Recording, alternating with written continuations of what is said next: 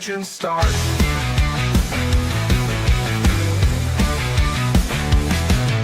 In-depth words cutting deep as cleats. Every play analyzed heartbeat by beat. Interviews, raw stories unfold. Behind the curtain, the secrets told. The Golden Broom Podcast, sweeping the game from the 50-yard line to the Hall of Fame. Breaking it down, tearing it apart. The Golden Broom Podcast, where legends start. Welcome in. This is the Golden Broom Podcast. I am your host, Cody Slavinsky, and I am joined as always by Mr. Bandy Chris, aka the fans of two teams that won over the weekend. Chris, how you feeling today? We had a damn sellout for 2-10 FCS team. Hey, I'm excited, man. it's like so I did watch the Vandy game, and I have to say that it felt different. And it wasn't like what we saw on the field was different. It was the just the atmosphere itself. Everything was different. Right. It felt right. It felt like a college football game. Oh, right. Like it actually felt like a SEC atmosphere. And that's definitely something that no disrespect to Vanderbilt, but that's something that just hasn't really been there. And I feel like the fans are finally buying into what Lee's cooking. And here we are. I'm telling you. Shout out Candace Story Lee, by the way. And Chancellor Deermeyer. Yes. Man, I mean, it's just, it was cool to see. I mean, it just, honestly, it felt so good just to see, football back in general. Mm-hmm. But, man. I do have to be honest, though. What's up, Nick? I do have to be honest. What you got? I did get really frustrated there for a minute. What? Everything was going great. Offense is moving. Defense is playing lights out. We get a stop. We get the ball back with 50 seconds left in the first half. We're at the 16-yard line. You got the option. Sit on it, kill the clock, or try and punch one in. So we do that. Nice little 30 or 40-yard pass play to Eli Stowers. First down. Next one, another 20-yarder, another first down. Next one, 46-yard pass into the end zone to Richie Hoskins. No, that's coming back. That's a holding call. Next one, another 20-yard gain. Pick up the first down. Nope, that's coming back. Another holding call. Yep. It's stuff like that. You have an opportunity to tack one on right there. You have to do it. And it's a lack of focus that causes the holding penalties. And it's things like that get you beat by the good teams.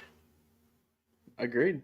Fully agreed. So I was a little bit frustrated. That's the only negative I have coming away from that game is you can't let that happen. It can't become a constant issue where a penalty's killing the drive like that.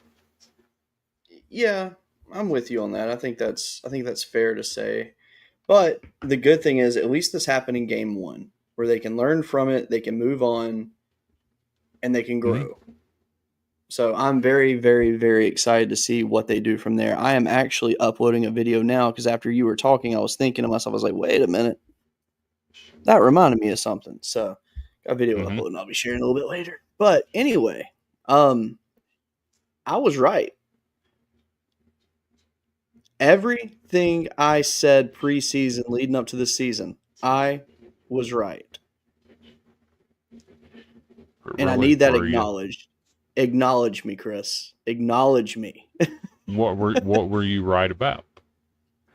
My LSU Tigers finally being the team that they need to be again. I'm still not buying in. Why? They had a lot of help. No. They had a lot of help. Not at all. Those refs were terrible. I wasn't talking about the refs. I wasn't talking about the refs. What are you talking about then? They had a lot of help. Well, you know, I am the connoisseur That's true. of hot takes. Okay. Cade Klubnik is ass. He's always been ass, and I'm wrong for buying into him at the end of last season. What was I thinking buying into that crap? I mean, I've said for 3 years he's ass. I finally buy in, and he's ass again. You had a lot of help because the quarterback on the other team was ass. That's fair. That's fair. And the bad thing is, I mean, he played his heart out. I give him his respect. He did play his heart out in that game. You could play your heart out, but if Good you're enough. completing less than 50% of your passes, you're ass. I don't But care who you play. there is another aspect to that, though. The defensive backs were just locked down in that game. They were so good. I mean, it felt so different. The fact that looking at LSU last year and the year before and the year before and the year before of how their defenses have been, where it's just like that killer instinct just has not been there in a very long time. And to see them come out on the road in a very hostile environment, may I add, because the fans were fantastic, and do what they did, stick to their game plan, and just be dominant. Seeing Harold Perkins come back from injury and playing like he did as a freshman, I'm elated. I'm so happy. It was just great to see. The biggest question for us was our offensive line. I feel like they handled Clemson's front very well. That's fair. I think that Clemson is a good team. I think they will bounce back. I think they will have a respectable season. I don't think that they will be in the national championship, though. I don't think they're that good. Oh, I've already adjusted. They're not. They're Sure, not even yeah. the best team in the ACC. I don't have a best team in the ACC yet. I need to see I some do. more. What I saw, I've already Miami? seen the best team. Yes. I mean, they. I will say this: Miami finally played like the Miami that everybody hoped to see when they would get hype behind them. My man, Seth Stanley, with the hot take. I mean, hey, at this point, they're 1-0. Who's to say they can't do it? Hey, that being said, I feel more confident now saying that Vandy beats Alabama this year than I did last year. And I felt pretty confident last year. I'm just going to say, when your star wide receiver that chirps about squishing teams like bugs with hammers, I'm just going to say, put the damn baby doll down, shut your mouth, and play football. Because you're not even the best wide receiver on your team. That was clearly made. That point was clearly made. In that, oh, man. I mean, I have so many things to talk about with Alabama later in the show that because it gave me a headache watching that game. Like I felt bad for them, and not because everybody wants to see Alabama go down finally. Like they want to see them get humbled and get back to reality because most of the newer Alabama fans that have come across in the last 15 or so years that are like younger adults, they're not used to this. They've never lived it. When it was happening, they were little kids or they weren't even alive yet. They get to see that just nastiness that was at Alabama, where it's like they had a respectable team, but just not quite good enough to be in the top. I mean, there ain't gonna be no excuses, but if you're here for a hot take, Nate, hang around because I got a hot take for you. I'm not gonna say it right now. I'll talk about it later. Hey, one thing I will say though is I was surprised that Lagway played as long as he did in their game. I'm gonna say that because their backup quarterback Harrison Bailey is trash. He's been run out of the SEC before. He has no business in the SEC. I said it. I'll stand on it. You made your point clear on that one though. I can't even argue that one. I get it. He done got his ass ran out of the SEC once. I don't know what he thinks coming back. Yeah. But yeah, there was a lot that went down over the weekend, to say the least. And we will get more into LSU Hey, Clemson. you owe me an apology. For what? You told me Boise State was going to handle their business. Man, that was. Whew. So let me hold on. Let me be clear. No, no, no, no. Let me be clear.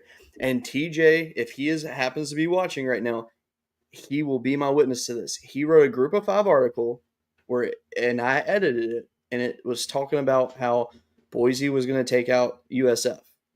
And I straight up told him too. Like after I said, I'm gonna be honest with you, man. I don't see it happening. I don't think it's gonna be like that. I did not think it would go that way though. I had no idea it was going to be like that.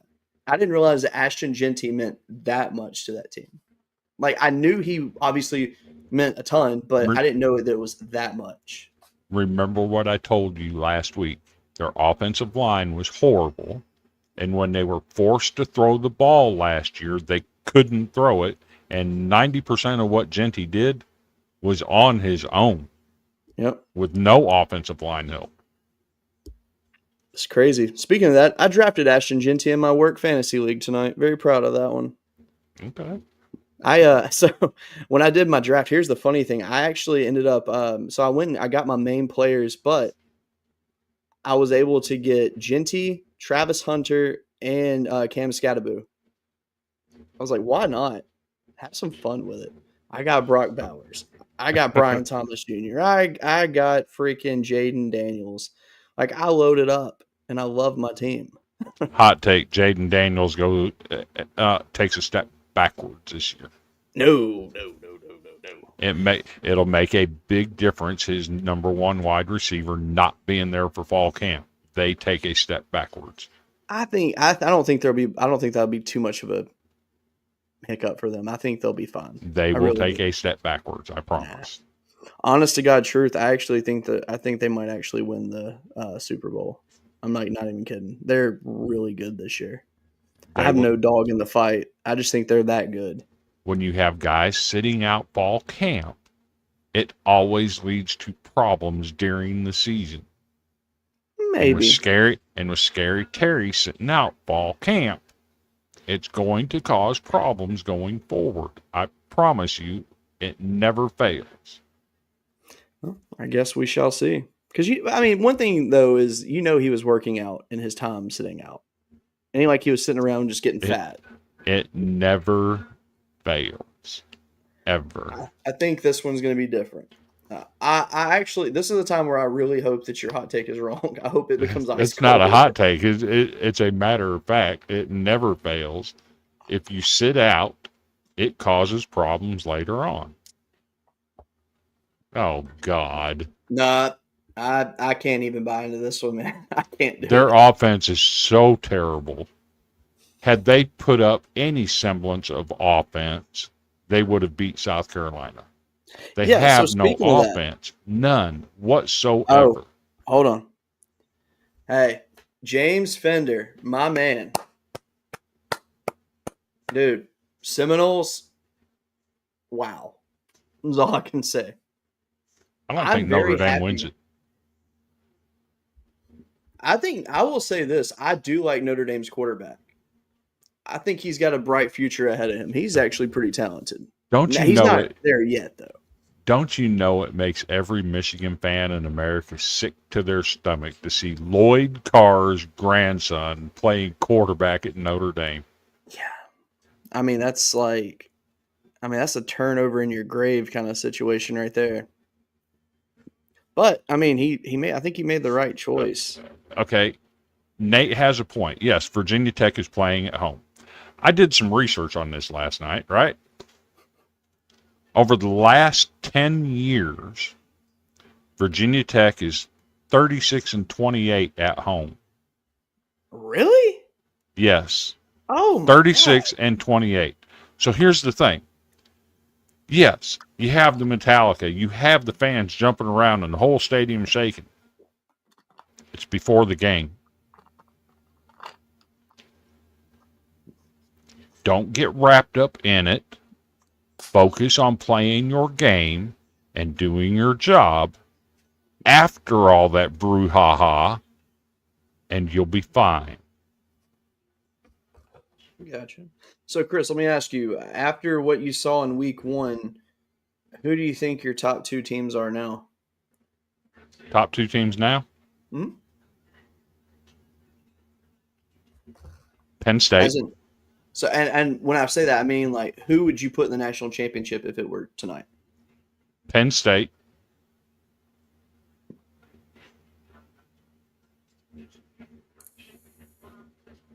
And Georgia. I knew you were going to say Georgia. I don't know why, but I just knew that. But I respect it. I can't hate on that. Gunnar Stockton, and I said this last year when they were in the playoffs, and he was forced into duty. Reminds me so much of Stetson Bennett, and he's a better runner than Bennett. That team is filthy. Yeah. I didn't realize until this week they still have Oscar Delp. Sure do. I did not know that. But they have a lot of studs. I see TriStar over here talking. We'll find out about Georgia in week 3. Let me tell you, let Joey Aguilar throw all those high and wide passes like he did all day Saturday against SEC corners, and it's not going to end well for him. Also, hey, to be fair, though, Syracuse does have SEC defensive back on their team. Just throwing that out there. Also, and I may catch some flack for this, and I may not. I predicted early in the season, before the season started, that ETSU would beat Tennessee in Knoxville. Ain't gonna happen. I've slacked off that a little bit, but I do have Tennessee on upset alert. And the reason why there's so much focus on that Syracuse game, and there's so much focus next week on Georgia, guess who the trap game is? You better keep your ducks in a row, or ETSU is going to get you. And now that you got all these defensive players on the injured list that are unavailable,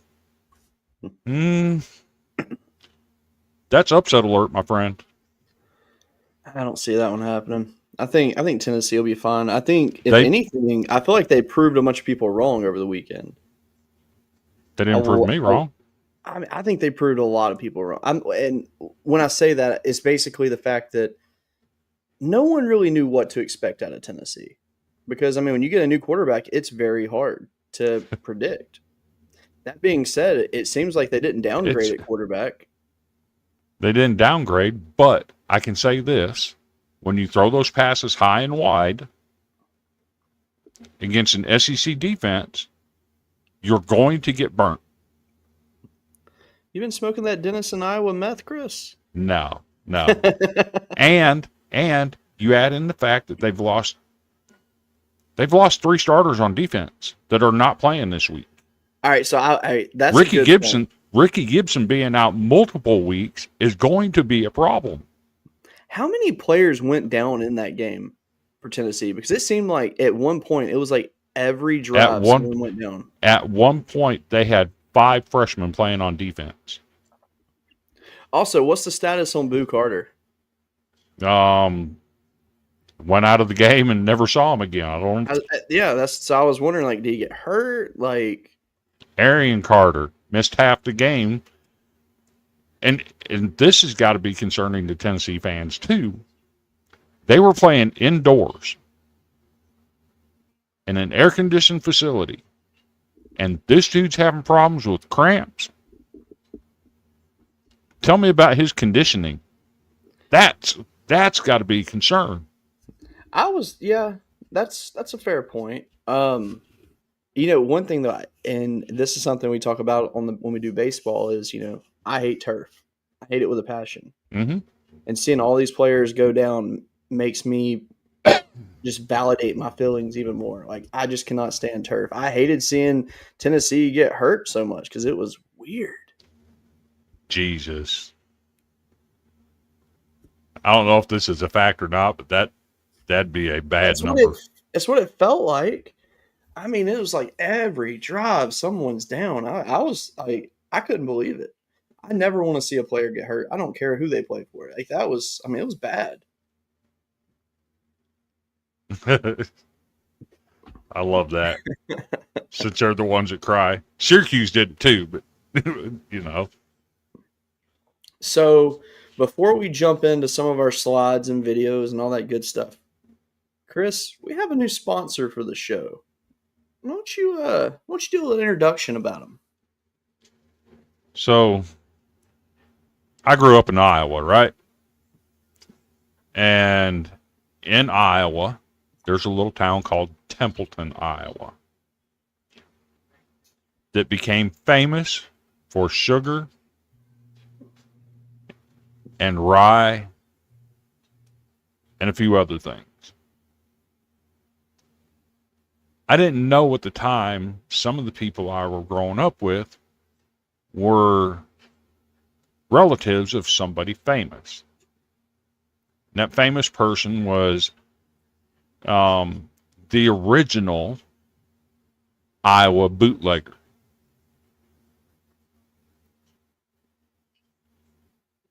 So, because of connections that I've realized over the summer, I reached out to somebody and said, hey,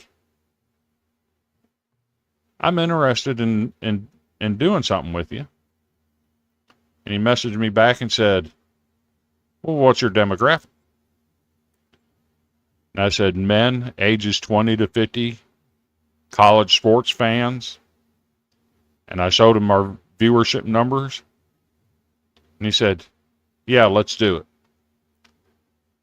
We don't have the code yet, but we know what the code is going to be. Oh, I definitely shared the code in our description. The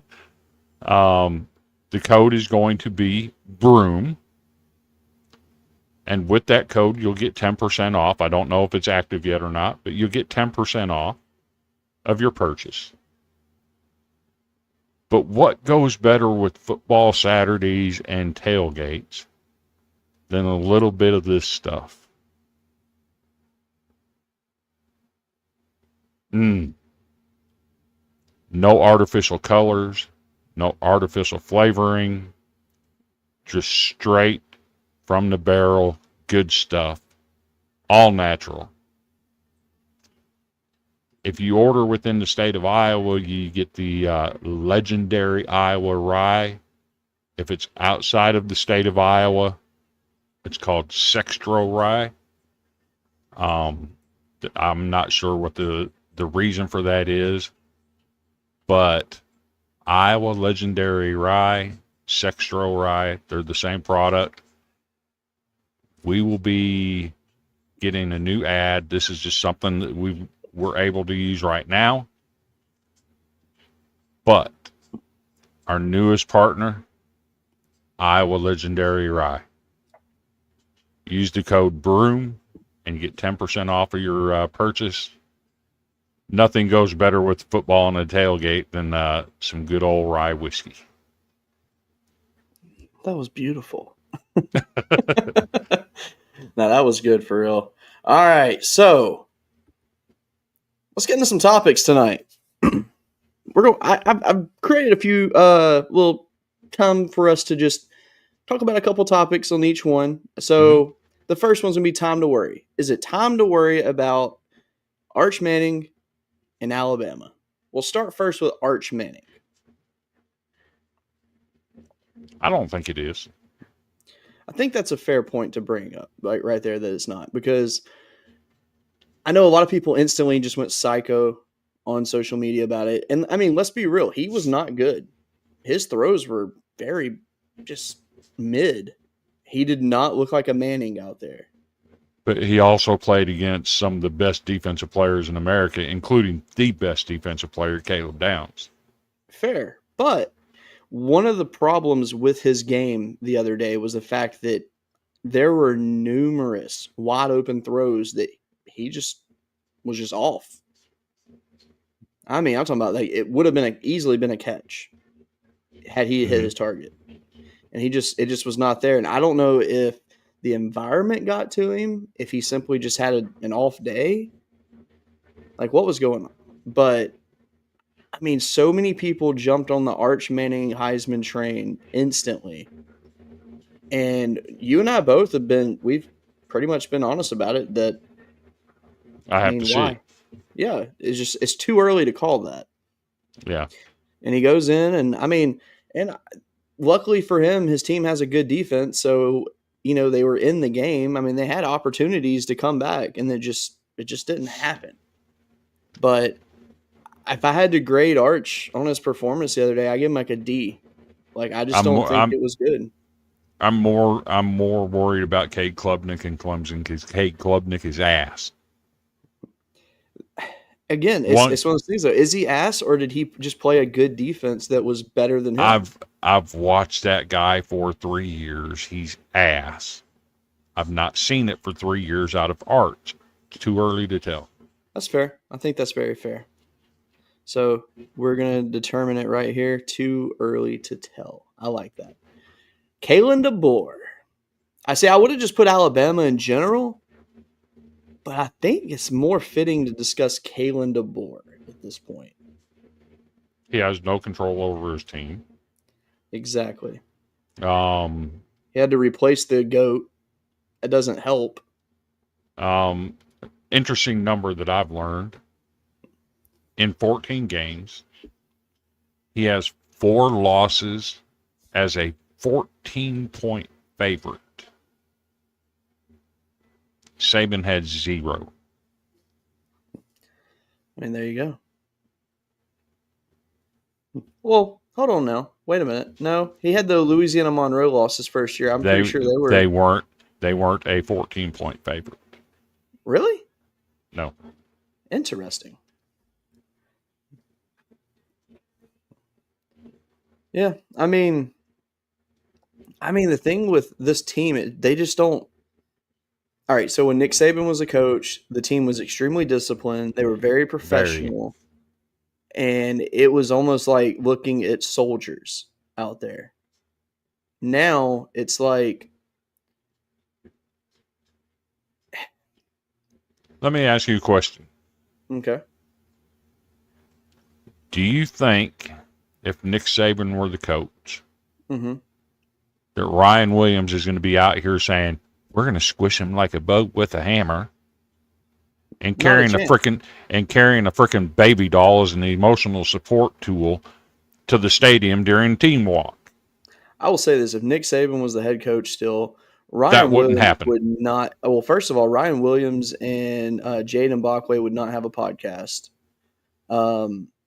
You would not see a freshman ever do any kind of interview because he did media training with his players. Yep.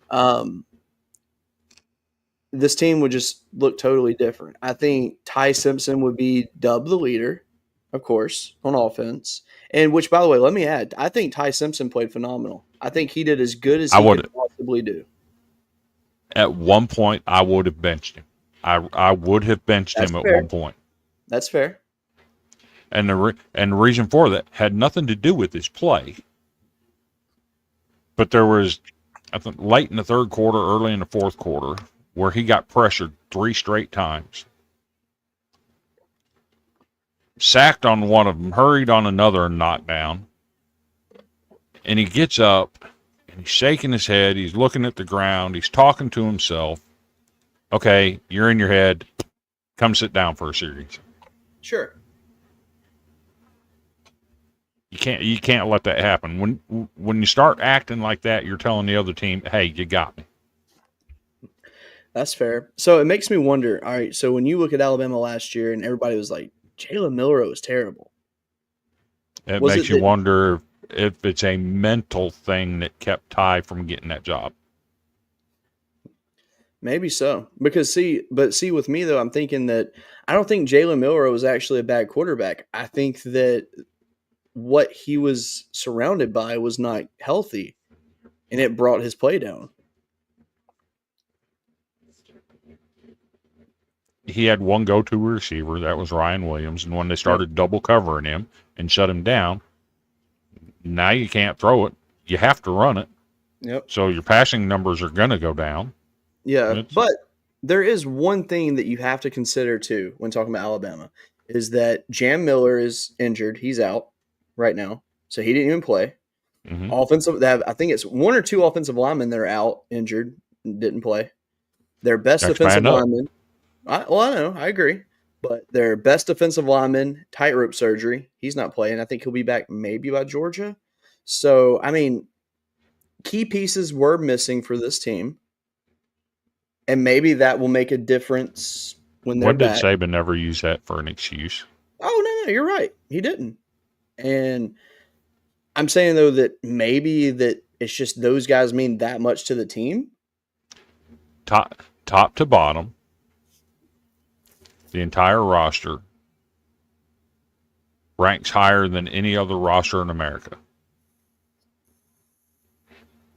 No excuses. That's a good point. And that's weird to me. So I know you remember when DeBoer was at Washington, Mm-hmm. and I was not high on them.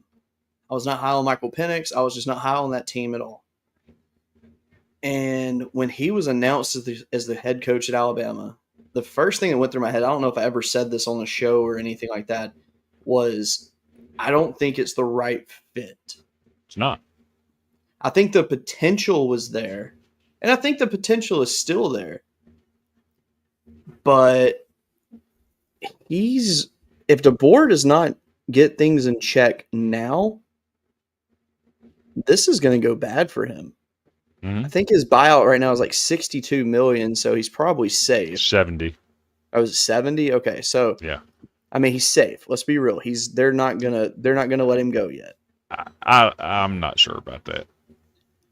I mean, they could, but I mean, It's a different metric when you look at Alabama and a $70 million buyout versus Kentucky, tongue-tied here, Kentucky, with Stoops and a $34 million buyout and $32 million of it due within 60 days. yeah. See, that's It's a different metric. Are we at the point where we could say that if DeBoer looked in the mirror, he would see Brian Harsin? I mean, I'm not sure, but It has those vibes. you know what the funny part is. What's that? You know who their number one go-to guy last year was when they were replacing Nick Saban? Who? The first person they offered the job to. I don't even remember. Mike Norvell. That's right. Which, I mean, think about it, though. That was the easiest job to turn down. Nobody wants to have to go in and replace Nick Saban. Mm-hmm. I mean, And you're not going to check it succeed. out. Our friends over at the water cooler What's up, boys? giving us a view tonight. I bet they're happy today. I think a lot of people are happy today.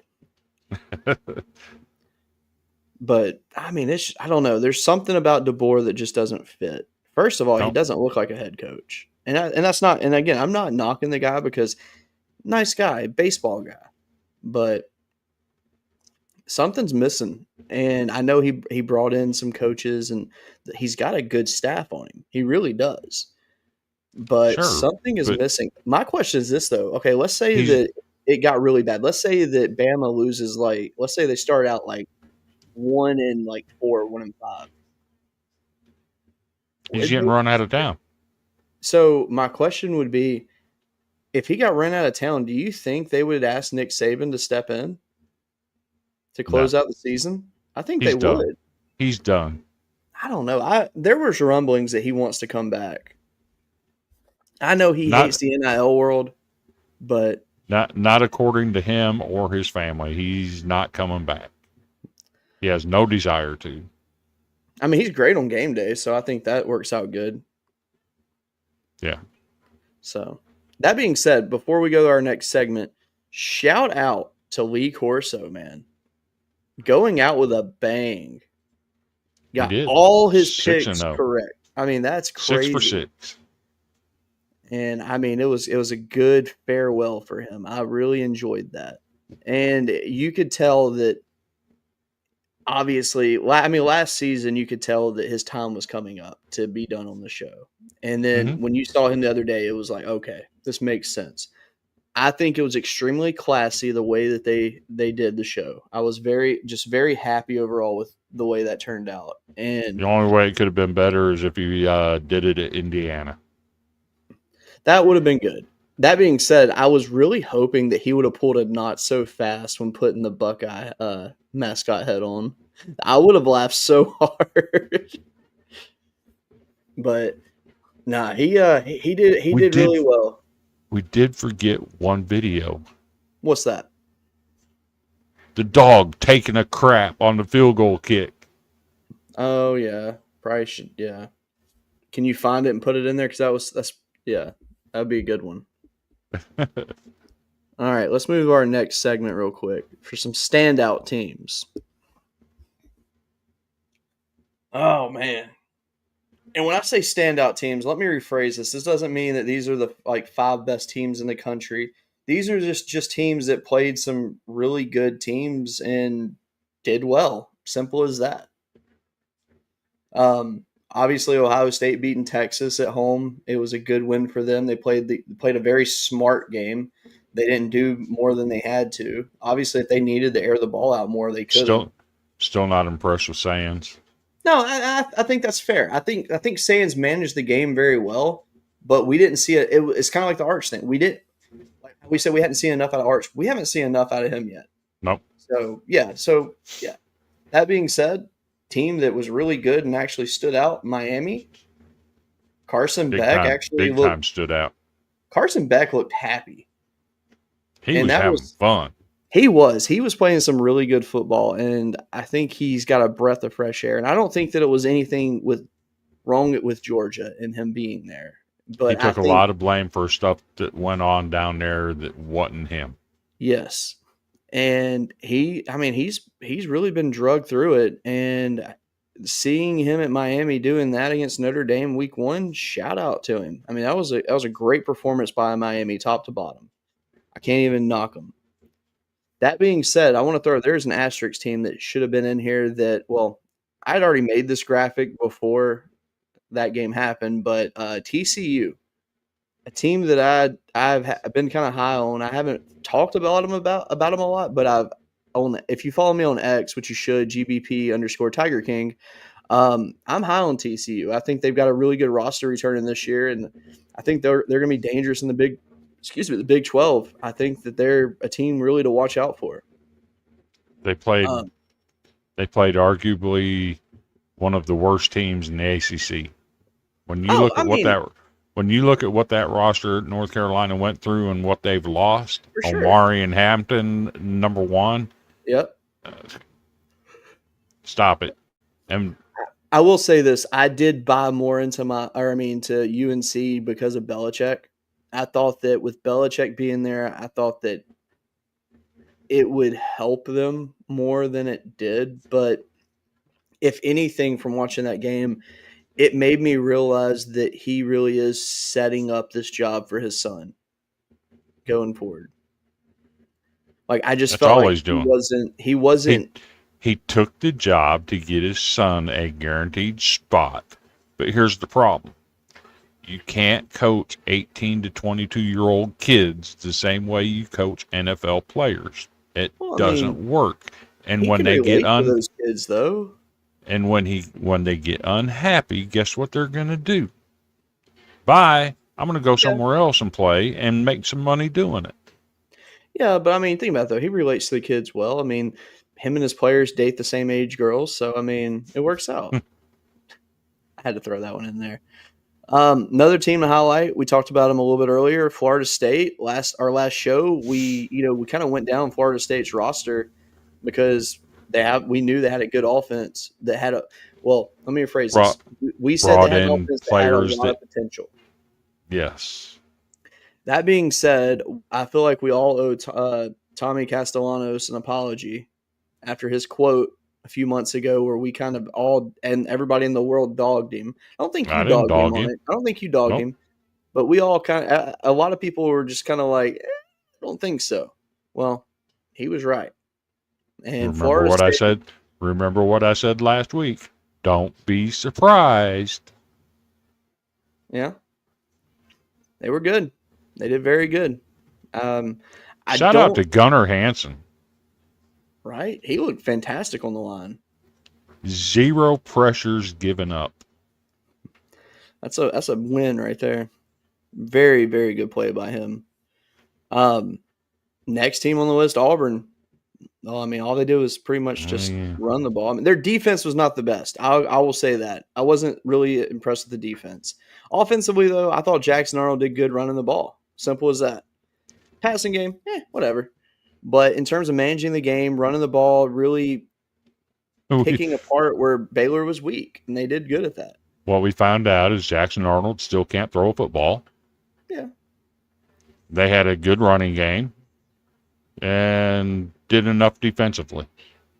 Yeah. And this next thing I'm going to say is brought to you by Dude Wipes. They really flushed Baylor down the toilet, though, with his running. Yeah. No, it was a promising performance though by Auburn. Nothing that makes me say, "Ooh, Auburn's a dark horse in the SEC." Nothing like that. I think Auburn's going to just be a middle of the pack team. They're obviously going to make a bowl game, but it looks better for them than it did last week. I will say that. I think 8-9 wins is the ceiling for them. Still looks the same to me. Yeah, like not really much of a change, but it was a very good win for them. Even though Baylor just did not look that great. Just to be honest, they didn't. Mm-hmm. And then the final team, my LSU Tigers. Doubted by many, respected by all now. And I'm happy about that. But this is the best part, because now we can get into some of our videos, because they're about LSU and Clemson. So, first of all, Chris, I want us to discuss something. We're going to watch this video, and then you and I are going to have a quick 30, 45 second at the max discussion on it. Behind the sticks here, Nussmeier looking to throw, loops the ball downfield. It's Brown over the shoulder, makes the catch out at the half-yard line. He saw him pre-snap man coverage with a single high safety, and he knew that he had speed on the outside. I thought when it happened live that he had scored. And just a ball break, definitely a catch inbounds, has possession, right foot down. That's a touchdown. Sure, right over top of the pylon, left foot in the end zone. That's play of the weekend. Are you kidding me with that throw? Wow. What great ball, one-handed grab. It's great on both ends. This has happened in a hurry. When it happened live that he had scored. And just a ball break, definitely a catch inbounds, has possession, right foot down. That's a touchdown. Sure. After video review, it is an incomplete pass. The receiver did not maintain firm control as he went to the ground. I'm sorry, but that was a catch. 2 steps, when you cross the pylon, he took one step, his and when other leg went down. Okay, hear me out before you interrupt me. He took one step and then hit the ground, and the ball came out. And I'm telling you from experience, it happened to Vanderbilt against Florida 2 years ago. The same thing, same exact play. And they called it an incomplete pass because when he rolled, he hit the ground, and as he rolled over, the ball came out. And they said incomplete. Same play. Sorry, that's not a touchdown. If it wasn't a touchdown when Vandy did it, it's not a touchdown now. So, and that's a fair take. It is, but it doesn't mean it's right. Because I think that I know what you're talking about. I remember that play for the Vandy one, and I think that was a touchdown. That being said, why is it that if a runner crosses the end zone, and as long as they get the ball over, even if it's knocked out before they go down, that's considered a touchdown? But yet he crosses the pylon. He has complete control of it right there. I feel like once he's crossed that pylon, that's a touchdown. I mean, it was a hell of an effort regardless. It was a hell of an effort. I'm just saying, if it's been called that way before and the ball comes out after you hit the ground, It's not a catch. It's fair. It's fair. All right, so now we got 2 videos, though. Go ahead. Now, my expectation is you have to be consistent with that, and it has to be called the same way every time. I think that's something that needs to be discussed in the rules office going forward, though, for real. I think because, I mean, it could happen again. And if I see a game where it happens and they call it a touchdown, I'm going to be furious over it. Right. Unless they call the touchdown for my team, then that's different. I'm all for it. Give me it. But now let's play these clips from Dabo and Brian Kelly real fast. I mean, if we didn't make the first tackle, I mean, Wade's got the guy. He's got. I mean, I don't even know how his knee didn't go down, but he, you know, without that run, I mean, like I said, the last 58 minutes is 2.8, and that is a physical group. It's a very smart quarterback, and that is a back. So they're going to be a problem, and they got some explosive dudes, and it was a hell of a game. It was a hell of a game down to the last play, right out of the gate. It's like getting the final exam day 1 of class. They made a 65, we made a 58. Neither one of us were great.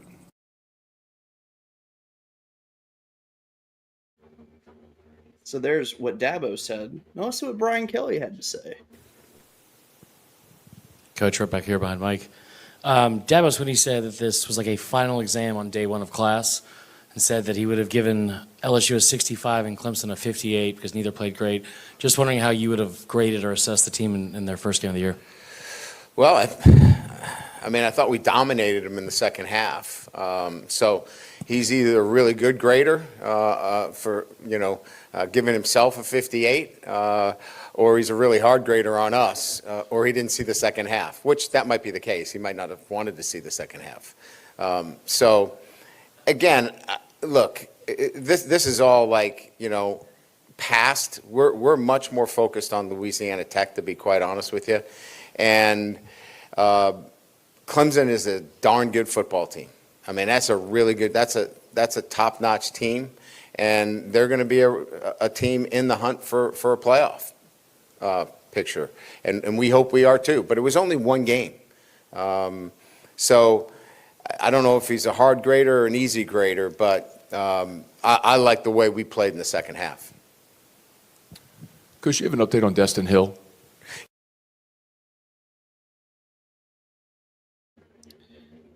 So Kelly with a clap back there, and I like it.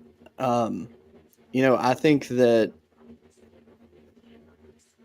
I've never seen Brian Kelly have that kind of aura to him. When I saw that video, I actually had to double check and make sure it wasn't AI, because I was like, that's not something he would say. He's usually has this, like, I don't know why I say this, but he's always had this, like, disappointed demeanor to him, as in, like, he tries to, like, deflect everything. But this one, it's like he's confident. Why are LSU fans just like Alabama fans? What do you mean? And I'm going to throw Tennessee fans in here too. If anybody says anything other than LSU's the greatest, Alabama's the greatest, or Tennessee's the greatest, all three fan bases get all up in their feels and start freaking crying about it. Who cares what Dabo rated your team? Get over it. I mean, hey, it was a good media sound clip. That's what they went for. I liked it. I loved it. I thought it was absolutely hilarious. But I feel you, but my God, Cody, you do it on the show all the time. If I say something negative about LSU, you get all up in your feels. I do. But I think it's because, and this, I mean, I know this is right. What I'm going to say is that I feel like people should see my team through my eyes. But then I also have to consider the fact that I'm a fan of my team. You're a fan of your team. Everybody's a fan of their own teams. Yeah, but I'm going to be honest about my team. Yeah. But I'm saying, like, you're not going to research my team like I research my team, and I'm not going to research your team like you research your team. Like, we don't see our teams the same way. No, and trust me, I know you go and study teams. I know that. But I'm saying, like, you won't, like, you're not going to go every day on social media and look into practice film and all the interviews and everything that's coming out from the team and all that for LSU. You're not going to do that every single day. Fair. And that's I mean that's what I do. I can't help it. I absolutely love it. But no, I don't know. It's like there's a different demeanor here. It's the first time we will see Brian Kelly not coach from behind in a season. And they have a mindset going in, and I don't think people understood what was going on, but their undershirts that they were wearing said 1-0. They were crying before the game that your player had to sit out because he was a dumbass and got suspended last year. Well, the team you wasn't crying about it. You tried to blame it on the other team. They had nothing to do with it. Actually, Brian Kelly 100% tried to get him to play in that game, and Dabble called it out. I'll be honest with you. I don't think that the coaches, from what I'm told, they weren't even really aware of that situation. Which, I mean, that's fair. I mean, think about it. When you're recruiting a guy out of the portal, you're not going to go and be like, "Oh, hey, do you have any like suspension or anything carrying with you?" You're not thinking about that. You should know like, that. You want you on your team. Oh, I agree. I 100% agree. I think they should have known that. But it was very weird how it just came up like that. I was like, man, that sucks. But it's okay because thankfully the guy that is the backup was our starter last year, and he's a very good athlete. And he played fantastic in the first half. No complaints. Was very, very, very happy with Jordan Gilbert's play and the replacement there over for AJ Hawsey. And I did forget one slide, by the way. Where'd it go? Oh, there it goes. That was just bad. Got to throw Alabama back under the bus again. It was sad. And I should got to talk about an 0-1 football team. Hey, there's another team I should have put on here though. Kansas State. They won. No, they won. They squeaked by, but I really thought that they were going to bounce back from that week 0 performance because it was. I mean, obviously it was an ugly game. Iowa State bounced back fine. The only thing I will say about Kansas State and Iowa State, your schedulers are dumbasses. Even in the NFL with professional football players, when you play a game overseas, you take the next week off. The schedulers for Kansas State and Iowa State should be fired for letting that happen. Thankfully, Iowa State's 2-0 right now. They're looking good. They're beating Iowa. Oh yeah. I will say I did see some snippets from the Iowa game. They can't throw the ball. Yeah, I wasn't impressed.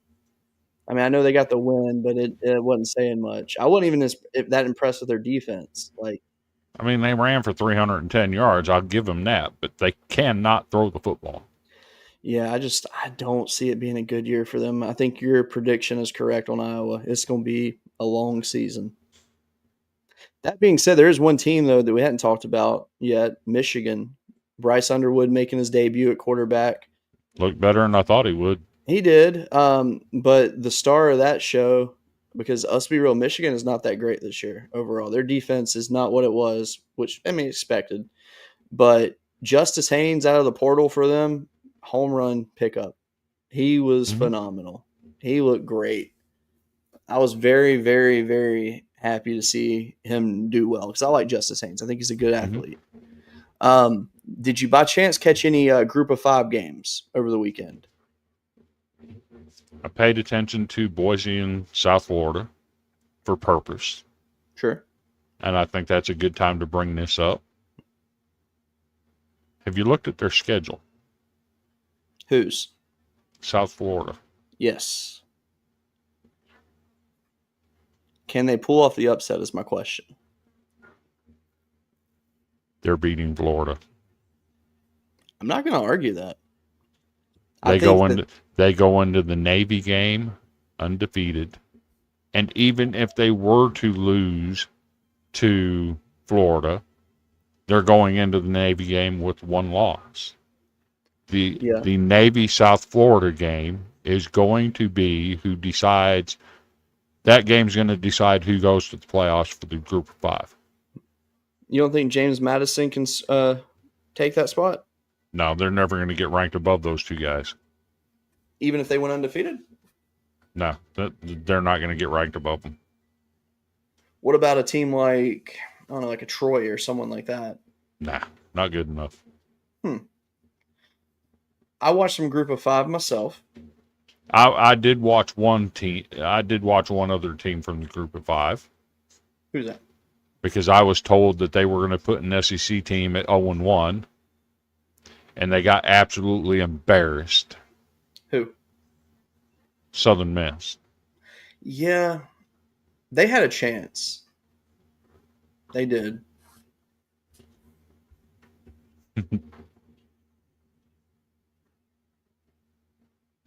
But yeah, I like Southern Miss's quarterback. Nate says they're taking 2 L's in a row. Dominic says they're not beating Miami. Yeah, they won't be Miami. South Florida is winning one of those games. I think I like their chances against Florida more than I do Miami at this point. Yes. That being said, Florida's schedule over the next 5 weeks is absolute hell. Good Lord. They got to play like Texas, Texas A&M, LSU, South Florida. Like, that sucks. Mm-hmm. Yeah, I'm with you on that. I watched some of the Troy game the other day. Did you watch BYU? I did not actually. I meant to watch it, and I got carried away. I do have one highlight from the BYU game. And this is I play this knowing that we've been clamoring for football for quite some time, right? Fair. Ladies and gentlemen, football is back. Goal line, off and running. Oh, he is nailed and the ball's out. And BYU's got it. El Bakri with the hit of the year. Would you like to quote everybody what I said to you when you sent me that video? He's unalive. Exactly. I mean, that was nasty. That was filthy. I mean, I absolutely loved it. Don't get me wrong. I did. But, man. Whew. Oh, but yeah, I watched some of the Troy game. I watched ULM as well. I like what both teams have. Remember what I said. Mississippi State is going to be the most improved team in the SEC. I saw holes in their game, but I agree with you. I didn't say they weren't going to have. That defense is light years ahead of what they were last year. Oh, absolutely. Light years. I feel like their offense they're gonna make a turn too. I think that they have their a lot offense of was there. Their offense was good last year. They were putting up 25, 30 points every game. Well, the problem though with their offense couldn't from stop last year to anybody. this- well, the problem with their offense though from last year to this year is there's a lot of faces that were big on that team last year that are no longer there. Considering their quarterback got hurt, so they had to go to a backup who played really well last year for them. But yeah, I mean, I think Mississippi State, I think they're going to take out Arizona State. I really do. I don't think they're that good. I don't think I'm not sold on Arizona State though. Speaking of the state of Arizona, Arizona played the other night. Former 3-time guest of the show, Ish Mahdi, he made his debut for Arizona. He is not running back one, by the way.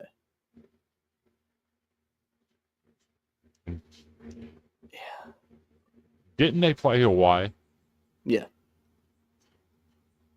How They did won. that game end up? They won. I don't remember the final score, but they pulled it out and won. But no, Ish, he had a fine game. Don't get me wrong. Just their starting running back he did more. But it was very shocking to say the least to me to see that he wasn't the featured back. Because, I mean, let's be real. When you have the guy come to your team that led the country in all-purpose yards, you would think that they would be the starter. But he also had fumble problems last year. He did. That is fair. 100% fair. But I'm rooting for him. I hope things get better for him, and he's able to break out this year so he can get that pro contract that I know he's playing for. Which, I mean, hey, shout out to him though. He did get married in the off season. He's happy. Mm-hmm. So we'll see how it goes for him. I believe you have a couple videos you want to share before we get to the end of this thing. So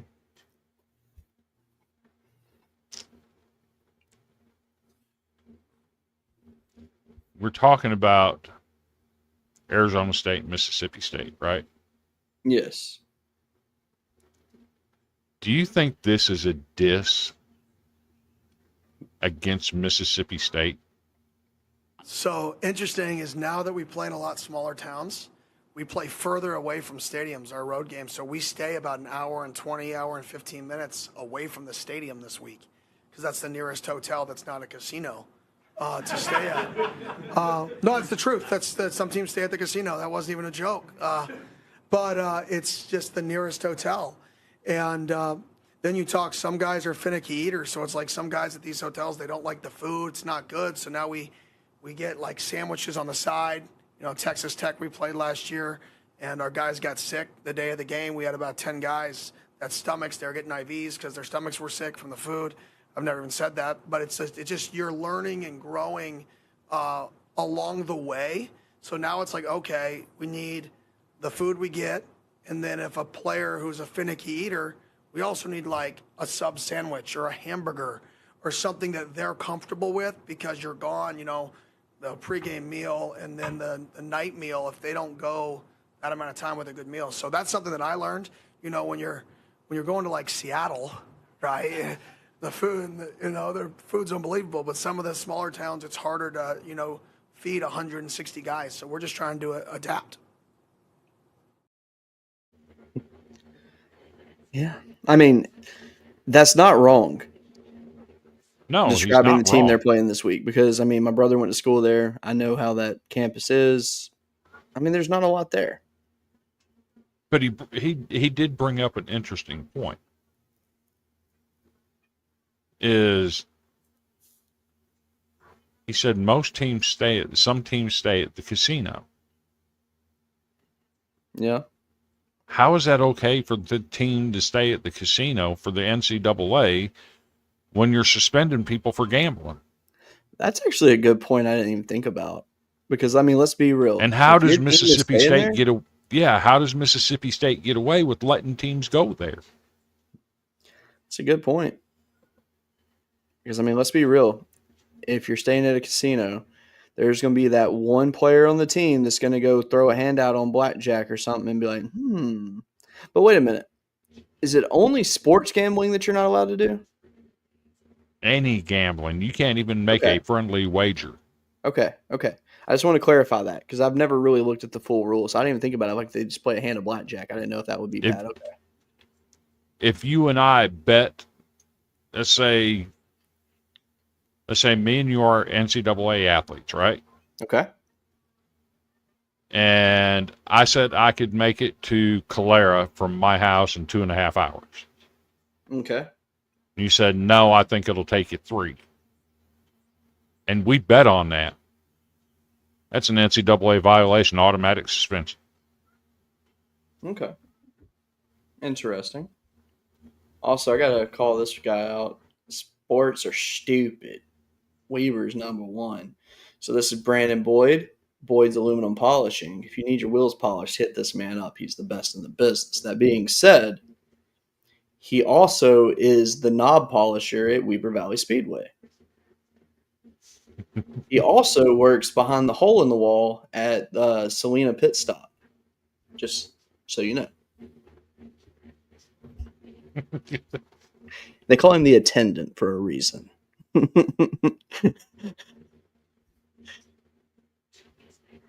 We've all times your state's loose. Oh, that's my buddy. He's a good man. And Water Cooler brings up a good point. They must be staying in Tuscaloosa if it's an hour to hour and a half away. That's exactly what went through my mind when he said that. But then again, though, would they be able to stay in Tuscaloosa if Bama's playing a home game? I don't know if that would work. Geographically, I just don't think it would. I think they would stay more into Mississippi. There's plenty of hotels in Birmingham, Tuscaloosa. But think about that. Plenty. Why would you drive why would you, if you're coming from Arizona, why would you drive an extra hour and a half when you could just stop an hour or so sooner? Is what I'm putting out there, though. Where are they going to stay? I don't know. I don't know the way they come in. So, I mean, I'm going to pull up my map and look real quick, and I'll tell you where they can stay. Because why not?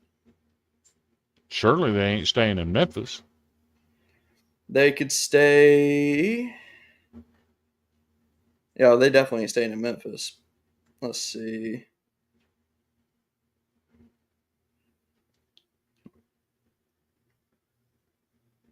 All right, they can stay in Eupora, Mississippi. That's right down the street, which is about an hour or so away. There is a hotel in town there. Because let's see, the way that they would come in from Arizona. All right, so they're going to drive that. Chances are they're flying in. That's a good point. So in that case, so what? You're either going to fly into Birmingham. You're either going to fly into Birmingham or Memphis, one of the two. Let me see. That's now you got me really curious. Let's see. Airports, Mississippi. All right. Meridian has a airport. Tupelo does have an airport. So Tupelo, Mississippi. Tupelo is roughly an hour north. So yeah, odds are they're probably staying in Tupelo, Mississippi. There's an airport in town, and odds are it's probably like a private airport, so they can make it no problem. Katniss, you're weird.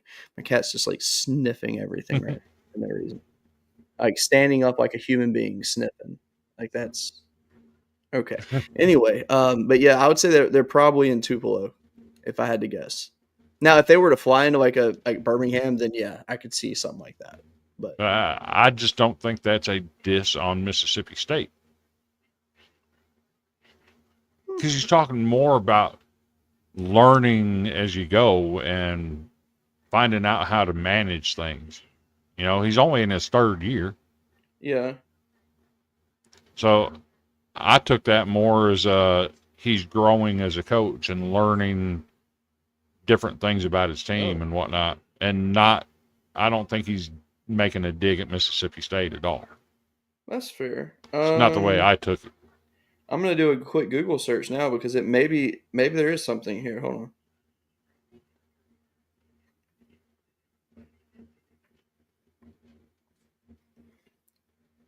Tupelo, Mississippi has casinos.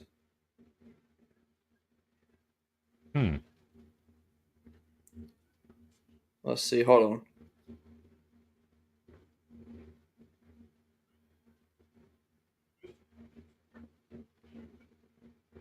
Yes, there are some casinos there. So maybe so. You learn something new every day. And then we got to talk about Georgia Tech. Yes. Did you see the punt return? I didn't see anything Georgia Tech over the weekend. Lord Cody, you missed probably one of the most embarrassing plays of the entire weekend. Well, now I'm going to look it up because why not? Do you have video of it? The punt returner had Eric Singleton Jr. had to change jerseys on the sideline. Okay. And the jersey they gave him, he normally wears number 13. The jersey they gave him was number 43. Okay, I'm seeing the video now. Oh my gosh. And it was a 3XL jersey on a 165-pound dude. So why did he have to wear a jersey like that? I'm not sure what happened that he had to change his jersey. but he did. And Brent Key was asked about it today. Here's what he had to say. Punt return. Eric had to switch jerseys. Can you sort of walk us through the process on why he's thrown on a different jersey, how that all happens? I could walk through the jersey. You could open it up, and it's 6'4", 280 pounds. I could walk right through it and not touch one side of the thing.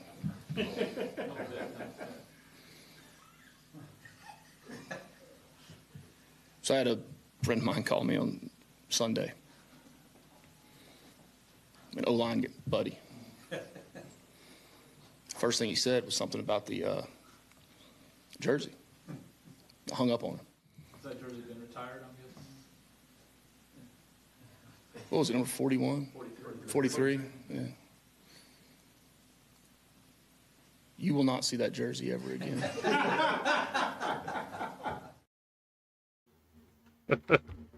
And he was so serious when he was talking about it. The look on his face was like, I'm disgusted by this.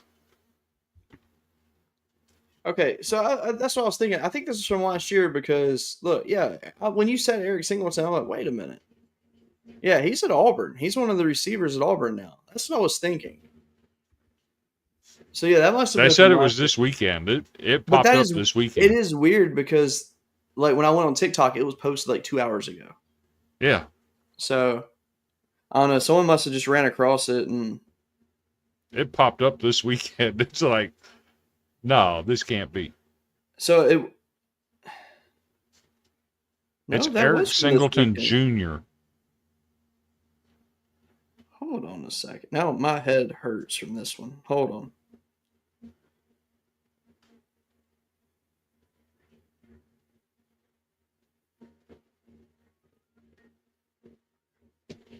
All right, so it wasn't.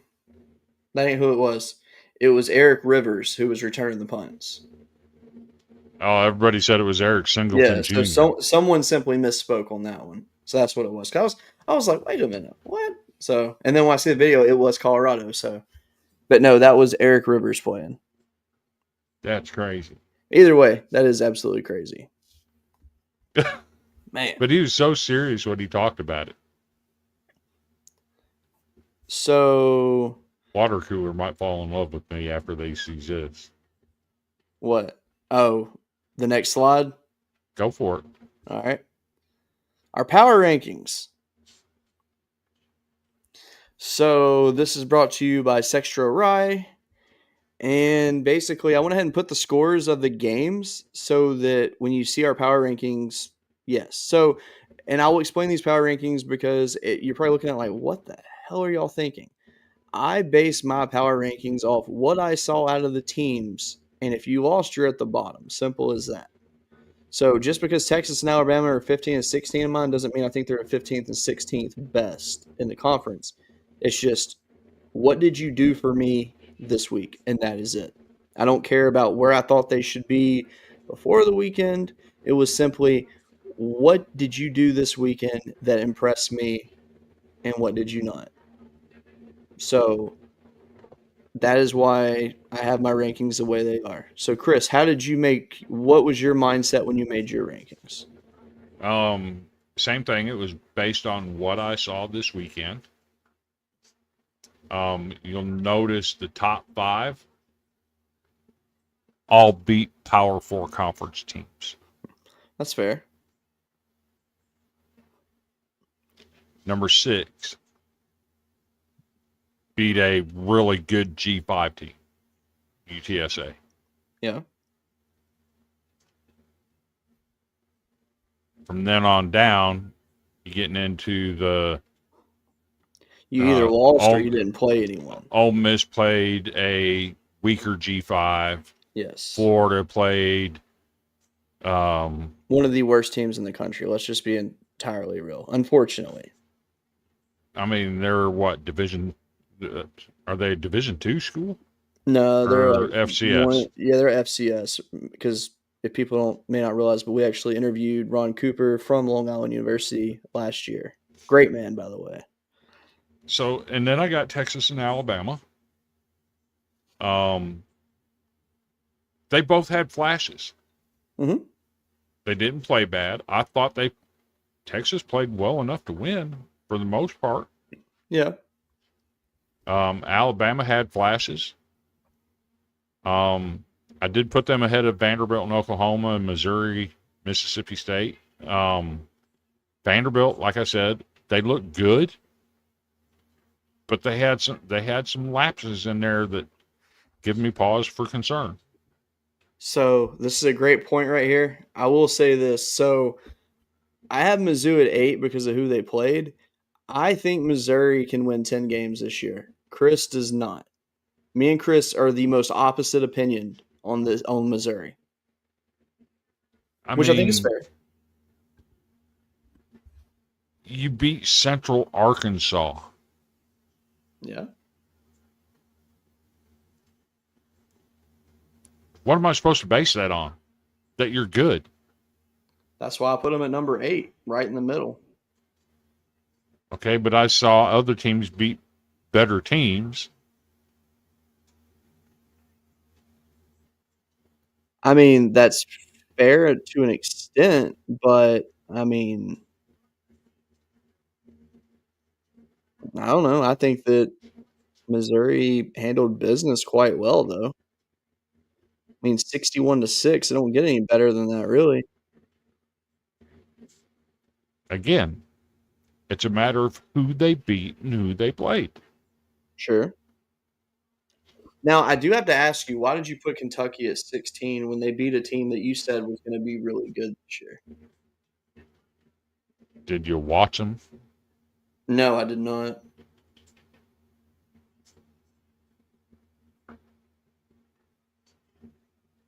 Their quarterback threw for 83 yards. Yeah. Zach Calzada was absolutely trash.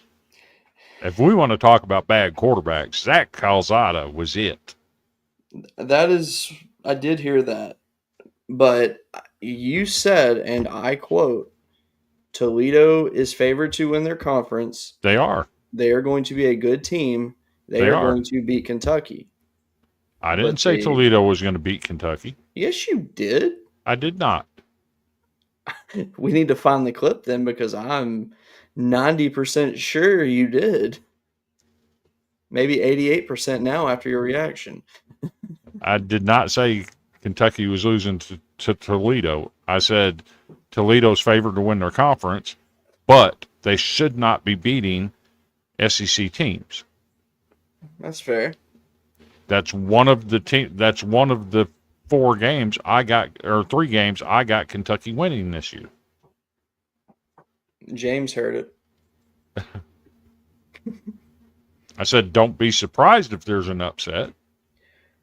This is a good point, by the way, because he did. He looked comfortable out there, which, I mean, again, I understand the level of competition. I get it. But offense looked really good. Let's talk about Bo Pribula. He didn't even win the starting job at Missouri. It's true. That's true.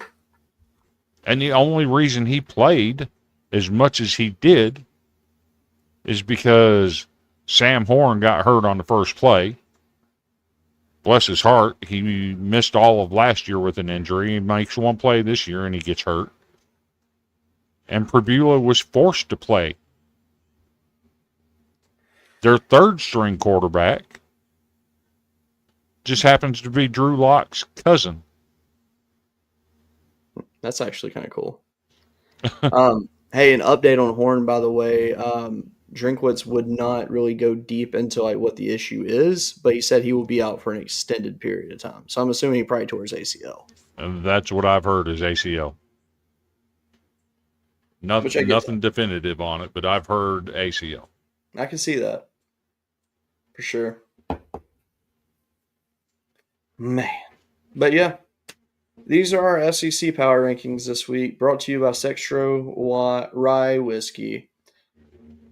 And since we got James in here and Water Cooler, I know Water Cooler will enjoy this. Let's touch on it again. Our new partner.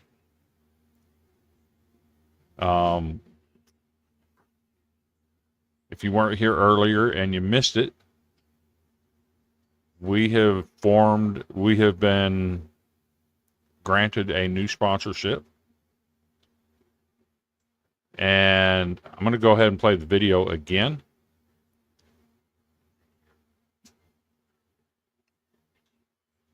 With Iowa Legendary Rye. If you order it within the state of Iowa, you get the Iowa Legendary Rye branding. If you're not in the state of Iowa, you get the Sextro Rye branding. As you can see, it's an award-winning rye. Nothing goes better with college football and tailgating than a good adult beverage. This is it. They use no artificial flavoring, no artificial coloring. And while most of your top selling brands use 53-gallon barrels, they do it the old-fashioned way with the original recipe from the Iowa bootleggers. They use the 15-gallon barrels. I respect that. So they make their whiskey 3 gallons at a time. And to get the different labels, it's based on what barrels they use. Your white label is in a brand new barrel. Some of the other labels, it's like a once used barrel, or they only use the barrels 5 times and then they get rid of them. So if you're into getting whiskey barrels, there you go. There's an opportunity for you. There you go. But our discount code, when it becomes active, will be BROOM. You'll get 10% off of any order you make under that discount code. I knew Water Cooler would like that. He says, that's dope. It is. So, excited to get that going. Absolutely. That being said, we can actually do a final thought segment tonight. Now that we actually have stuff to talk about. Mm-hmm. I don't know about you, but this show has felt really good. We actually had some content we can actually share. Yeah. And it was perfect. Actually, to be honest with you, I kind of like going live on Tuesdays. Yeah, but your schedule won't allow it. Well, you said you're at the ball fields and dancing. Potentially. It depends. So the dance, I've figured out that one will not be an issue. Baseball potentially will be an issue, but maybe not. It really just depends. But I'm kind of digging this Tuesday night thing. It's what we used to do. Yeah. If we didn't do Tuesdays, I'd want to do Sundays, I think. Well, you got to make up your mind, because you tell me one thing and I tell people, hey, this is what we're going to do, and then you change it up on me. I'm good at that. What can I say? You need to get a set time and a set place. Amen to that. We'll get there one day. Next week we'll be live on Thursday, and then we'll be live on a Wednesday. I'm joking. No, I'm joking. Nah. We'll probably maybe we'll try to do Tuesday again next week. I should be getting my son's baseball schedule here soon. I'm hoping by Thursday, because they haven't given us anything yet. From what I was told, we were supposed to start games. I originally thought we were starting them this week, but they haven't given us a schedule or uniforms yet. So I'm assuming it'll probably be either next week or the week after when games start. So we're doing 2 practices a week right now. So it's all good. So yeah, I'm going to let you close out final thoughts tonight. So I'm going to share my final thoughts first, if that's okay. Oh God, a 5-minute speech on LSU. No, actually, my final thoughts have nothing to do with LSU at all. Okay. I want to point out that After watching a bunch of football this past weekend and really seeing what the teams are about, the one thing that I am noticing becoming a trend is that all of these teams are on a much more level playing field than they ever have been before. And I'm not saying that everybody's the same right now. We're not at that yet, but I felt like what I saw, I did not see a straight up that is the national champion. I didn't see that over the weekend. Did I get some hopes in my mind that it could happen? Sure. But I didn't see that one team where I'm like, you know what? There's not a team in the world that's going to beat that team. And that makes me happy. Because usually when we go into a season, we have a pretty good idea who's going to be in your national championship. This year, we have our assumptions, but it feels like things are much more level than they have been previously, which I think we're going to learn more about Penn State soon, obviously, they didn't really play anyone, so we just got like a little sample of who they are. Again, Ohio State, now they're battle tested. Let's see how they manage the rest of their schedule. Notre Dame, they took one in the chin, but they're not out of it yet. Now, if they lose another one, then we're going to be talking. But seeing Miami finally get back relevant and getting a big signature win to start the year, that's cool to see. It really is. I really am excited to just see how these conferences play out this year because from what I saw from the ACC, wasn't really overall impressed. I wasn't disappointed, but I felt like they're very top heavy. SEC just didn't play enough good teams to really make a good assumption. I mean, we know who the not so good teams are in the conference, but there are a lot of question marks. Big 12's wide open right now. A few good teams stick out. Utah looked really good against UCLA. Terry, if you're watching, my friend, dude, what? Like, I'm sorry, man. That was embarrassing. But yeah, I'm really just excited to watch it play out in the next few weeks. I see people separate themselves because everybody was anticipating the release of the AP Top 25 today. I didn't even share the graphic tonight because I felt like it's irrelevant. Rankings do not mean anything after week one. Yeah, for me,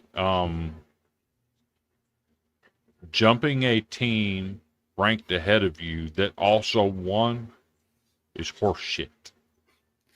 Now, yeah, and I agree with that. I mean, like, if that team plays like a top elite team, that's one thing. But when it's just like a basic team and you blew them out because they might be a little bit better than the team that's like was currently or previously above them, I think that's a little overkill. I think honestly, if they want to do it right, they won't do a preseason top 25. They'll wait till week 0 and week 1 go down, and then they'll make their top 25 from that. Excuse me. I think that would make more sense. But, it gets views for their website. That's all that matters. So I get it. Mm-hmm. So, all right. What are your final thoughts? My final thoughts. Get ready for more change in the NCAA. And I say that because late this afternoon, a new class action lawsuit was filed against the NCAA. I know there are some active players among many sports, baseball, tennis, a couple football players. And yes, the two football players specifically mentioned are from Vanderbilt. But in college athletics at the Division II level, you get to play all 5 years. At the FBS level, they give you 5 years to play 4. And the lawsuit centers on why do we only get 4 years to play 5? Or why do we only get to play 4 years and we have to sit out a year to get our 5th year? Where Division II gets to play all 5 years. It's not equal here. So they filed a lawsuit. I think they have a very good chance to win that lawsuit because it's not an even playing. It's not an even level playing field right now, and that's going to be something worth watching because that will affect every team in America. Because now you can play your freshmen, but you can only play in 4 games if you want to keep them around another 4 years. But if the plaintiffs in this case win their lawsuit, now you get to play all 5 years. And I don't have a problem with that. Yeah, I don't either. So pay attention to that. And we'll see how that goes. They expect a court date sometime early in December or a ruling early in December. But the lawsuit was filed late this afternoon. And as Water Cooler has just pointed out, the 5-11 playoff format is coming. I 100% support that. Yeah, I'm for that. Your Power 4 champions and a group of the highest ranked group of 5 with the next 11 highest ranked teams. Yeah, I'm good with that. I've been with that all along. I don't like this garbage of the SEC 4, Big Ten 4, and everybody else gets to fight over 3. No, that's not okay. I like the 5-11.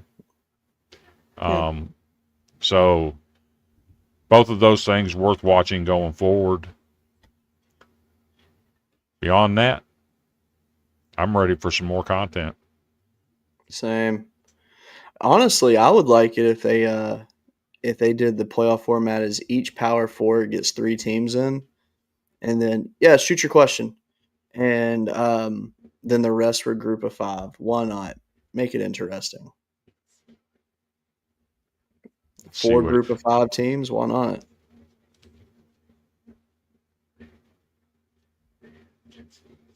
Let's see what he asks.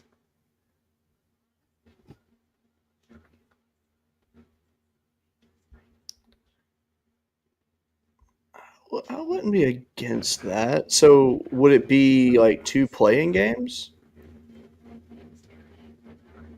It would have to be. No.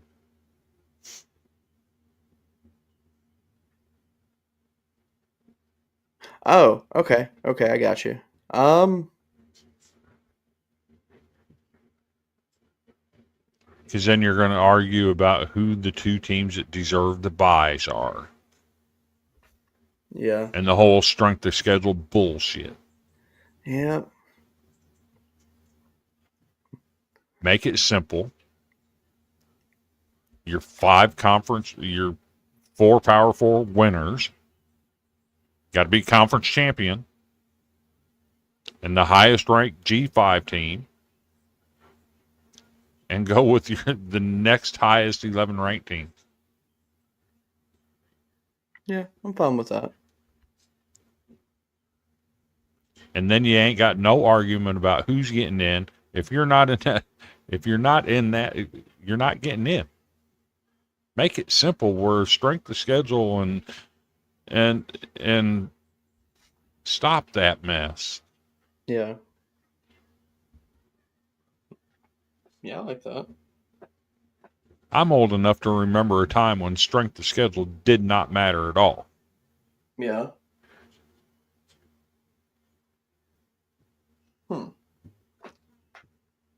I think next week's show, let's do some research on it this week. Let's come up with our own ways. Like, you have your idea, I have my idea. And we'll discuss like a better way to rank teams. No spoilers tonight, because I know you already probably have an idea in your head. But I think that'd be a fun topic to discuss, and we could do an open floor and let everybody participate with their thoughts. I think that could be a lot of fun.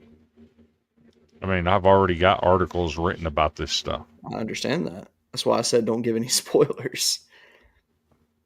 But I think I got a couple ideas, but it'd be a fun little discussion, to say the least. The committee standings 1 and 2 gets about. See, that's the thing. I'll give this spoiler. I think the committee needs to just be done away with. I hate the committee. From the beginning, I've hated it. I think it's absolutely stupid. Because there's no way that a human can give an unbiased pick in their rankings. I don't care if you say you're unbiased. The odds are if you're I've been screaming that for 30 years. I mean, it's true. I mean, because at the end of the day, I don't even care if you work in media. Like, let's be real. You started out as a fan of a team. You're always going to favor that team you're a fan of. If I was voting in a top 25 poll, you're dang right I'm favoring LSU. Okay. If Chris is voting in a poll, well, he probably will not favor Vanderbilt, actually, because Chris is extremely unbiased in his rankings, and it spooks me out sometimes. But, yeah. So, fair question. Okay. Say your conference has 12 teams in it. Okay. And you have 2 divisions. Both divisions have 6 teams, right? Okay. You play all 5 other teams in your division. If you go 5-0 against the teams in your division, are you the best team in your division? Absolutely. Then, okay, so let me paint a scenario for you. Let's say that team goes 5-0 against your division opponents. He goes 0-3 against the other division. Goes 0-6 against. My setup. You play everybody. Okay. Gotcha. Right? Okay. So you're playing all 6 of the other teams, and they go 0-6 against the other division. So you're a 5-6 team. You're a 5-6 team, but you're 5-0 against your division. Okay. You're the best team. You're the best team in your division. Yeah, because then you'd have that team that, let's say they go like 4-1 in their division, and then on the other side, let's say they go like, I don't know, 2-4, and they get that 6th win. So they're technically higher up, even though they're not better than the team that's in their division that beat them already. Right. I mean, I always thought back in the day when the SEC was a 12 team. And that's where you're getting the stupid strength of schedule matters. We played a harder schedule than you. No, you didn't. You played the same damn schedule, and you lost to us head-to-head. What are you arguing? I mean, honestly, head-to-head should matter more than it does. I mean, there's no way that you can defend a team when it comes to the head-to-head. If, like, you have 2 teams that have an 8-3 record or 8-4 or whatever, there's no way that you could put one over the other if they didn't beat that team. Like, if they played each other, the team that won that, no matter what, should always get in, even if that other team was a conference champion, because they beat that team head-to-head. I mean, yeah. Every game has to count. That's fair. But it doesn't. Yep. So, yeah, next week will be a fun show. Yeah. It's making me think that we need to do 2 shows a week again, but, you know. I may have to get you to make up some graphics. I can do that. You just send me what you need. I got you. Mm-hmm. Okay. Well, that being said, this has been the Golden Broom Podcast. Thank you for watching. We actually had great participation in the comments. Much appreciated. Hey, if you're out there looking for a new podcast, check out the Water Cooler Talk Sports. Go subscribe to them on YouTube. So, thank you all for watching. Have a good night. We'll see you next week. And, yeah.